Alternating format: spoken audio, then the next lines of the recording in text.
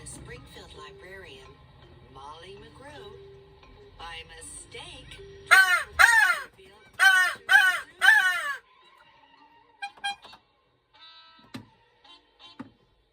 Molly opened the door, and she led down the stair, turned on the computer, and sat in her chair. At first, all the animals watched from a distance, but Molly could conquer the strongest resistance.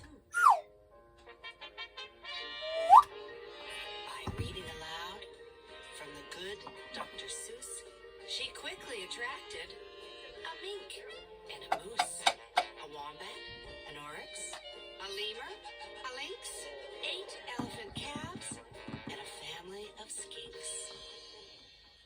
In a every beast in the zoo was stampeding to learn all about this new something called reading. Forsaking their niches, their nests, and their nooks, they went wild, simply wild about wonderful books.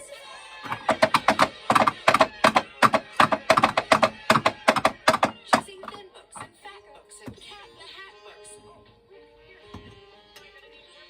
And new books and true books and heaps of how-to books. Giraffes wanted tall books, and crickets craved small books, while geckos could only read stick-to-the-wall books.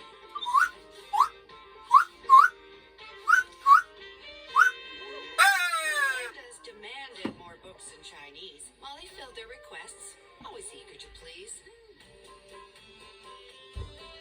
She even found waterproof books for the otter, who never went swimming without Harry Potter. Raccoons read alone, and baboons read in bunches, and llamas read dramas while eating their lunches. Hyenas shared jokes with the red-bellied snakes, and they howled and they hissed till their funny bones ached.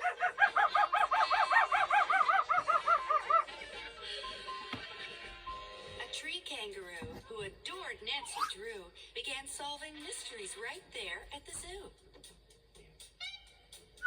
Such as why were the bandicoots' books overdue? Gently, Molly taught lessons in treating books right, for the boa constrictor squeezed Crichton too tight. Baby bunnies mucked up Goodnight Moon with their paws. Giant termites devoured the Wizard of Oz.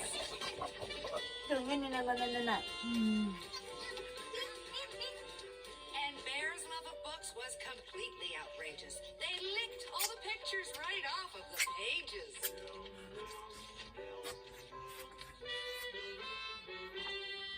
Tasmanian devils found books so exciting that soon they had given up fighting for writing. They made up adventures so thrilling and new that the others decided to be authors too.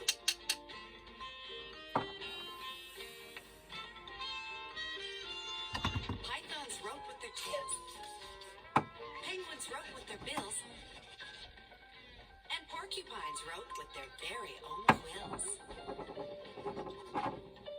At the new insect zoo, bugs were scribbling haiku. The scorpion gave each a stinging review. Walking stick. A cannibal twig silently devours a leaf. Eating, not eaten. Pretentious. Dung beetle. Lullaball of dung. Any kind of poo will do. Baby beetle bed. Stinks. Millipede. I dig for treasure in my enchanted castle. A rotten apple. Boring. Giant hissing cockroach.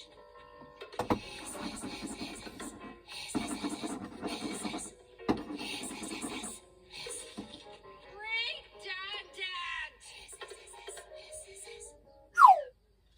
As the cheetah's new novel began to take shape, he read chapters each night to the Barbary.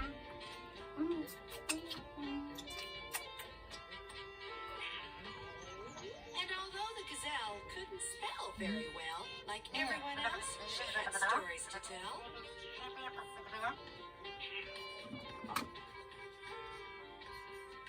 Imagine the hippo's enormous surprise when her memoir was given the Pulitzer Prize.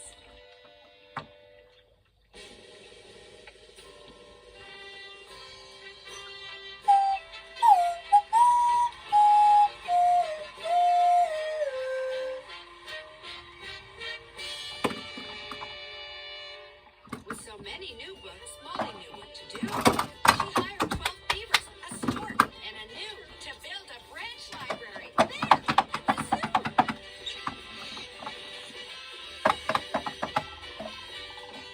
Then the animals cried, "We can do it ourselves. We can check the books out. We can put them on shelves." And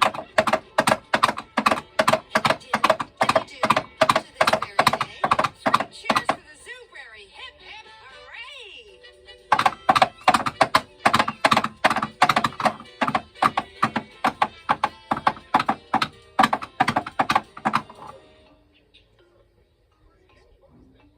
When you visit the zoo now, you surely won't mind if the animals seem just a bit hard to find. They're snug in their niches, their nests, and their nooks. Going wild, simply wild about wonderful books.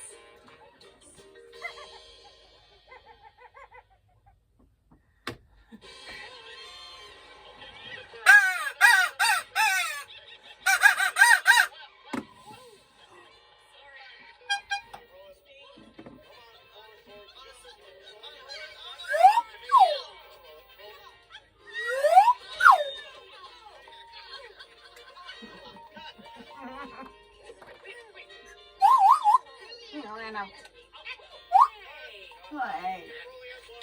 Wow.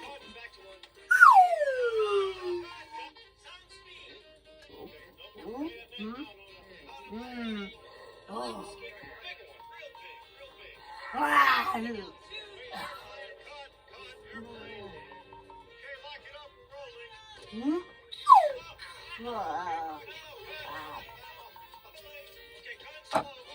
Oh, hey, hey, hey, hey,